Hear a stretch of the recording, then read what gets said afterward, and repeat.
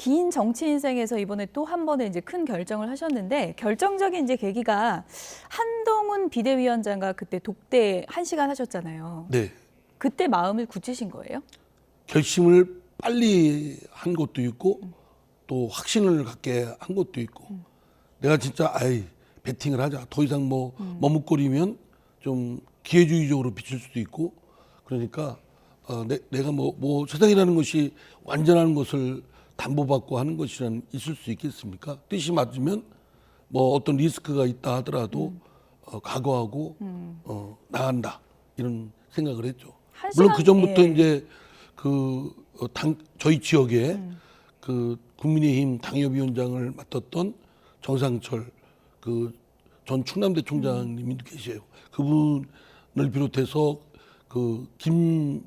전번에 김기현 당대표님, 그리고 또 여러 국민의힘의 의원님들 이런 분들까지 포함해서 한동훈 비대위원장까지 하여튼 끊임없는 그런 말씀들이 국민의힘에서 같이 하자 이런 말씀들이 있어서 그런 것들이 있던 중에 이제 한동훈 비대위원장과의 그 만남에서 아주 서로 간에 의기투합한 자리가 저의 마음을 빨리 결정하게 된 그런 큰 동력이 됐습니다. 굳히게 들어간 날이군요. 용기를 갖게 했죠.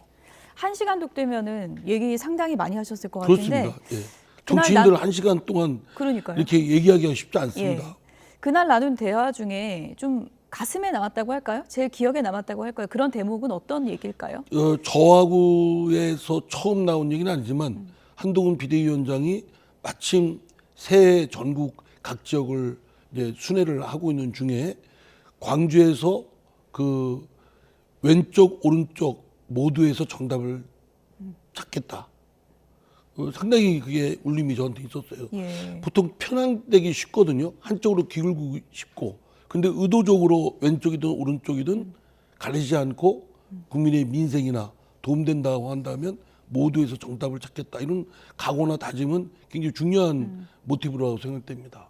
또 경기도 가서 격차를 해소하는데 앞장서겠다고 했는데 격차의 문제에 대해서 단순히 경기 남부뿐만 아니라 경제적 격차, 사회적 격차, 교육적 격차, 문화적 격차, 나아가서 뭐 디지털 격차, 전방위적으로 그 격차의 문제에 대한 깊은 뭐 고민, 문제의식 이거에 대해서 있었고요. 또 이재명 대표 피습 직후에 그 혐오 또는 폭력 행위에 대한 단호하고도 엄중한 그 어떤 조치에 대한 그런 의지 같은 것은 제 정치적 어떤 가치나 아젠다하고 딱 부합이 됐습니다. 통했다. 만나기 전에는 국민의힘이 그걸 체화해서 앞장서면 우리 사회의 발전에 상당히 그 한동훈 비대위원장은 물론이고 그 국민의힘이 큰 역할을 한 것으로 생각됩니다.